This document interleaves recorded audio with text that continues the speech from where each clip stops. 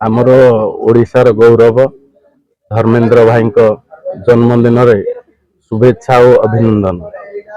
भगवान आपनको दीर्घायु सुस्थ निरोग और शक्ति प्रदान करंतु।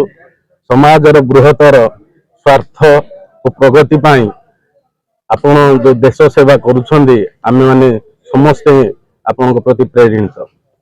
आज जगन्नाथ महाप्रभु ठारे एफसाई स्थित 108 दीप प्रज्वलन करागला।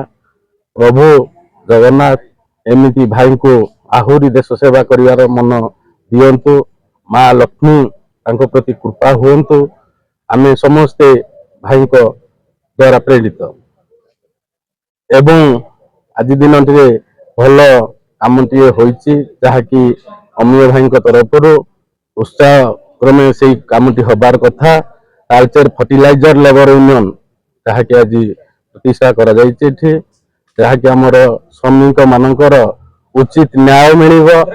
आउ जहाँकि मु आउ फर्टिलाइजर प्लांट कर्तृपक्ष को भी अनुरोध करी से माने नियम पालन करी पीएसयू रो जो सेंट्रल गवर्नमेंट रो नियम रहुछि ता श्रमिक मान को प्रदान कले मु बहुत खुशी हेबी एवं अंचलवासी बहुत खुशी हेबे। धन्यवाद। देखु आज एफसाई जगन्नाथ मंदिर रे आमे दीपदान कलु।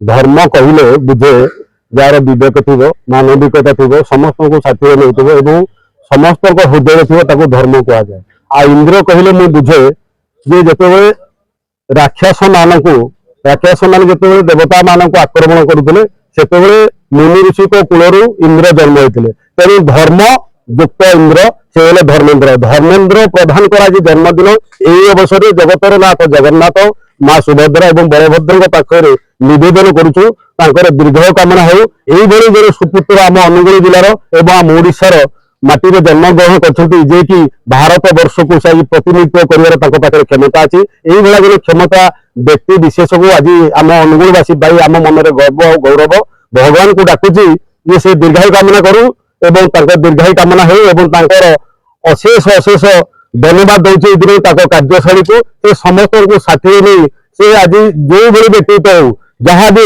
हृदय आज समस्त बचती या बड़ी गर्व और गौरवर कथा कि ना। केंद्र मंत्री धर्मेन्द्र प्रधान आज जन्म दिवस सुस्थ निरामय एवं जनसाधारण प्रति जो उत्सर्गीकृत मनोभाव अच्छी से आज आम दीपदान करूँ। तालचेर फर्टिलाइजर लेबर यूनियन नूतन भाव में आत्मप्रकाश करिछि एवं से यूनियन तरफ आज जन्मदिन आम उत्साह सहित पालन करूँ एवं दीपदान जगन्नाथ पाखे करूँ दीर्घ निरामय जीवन कामना करी।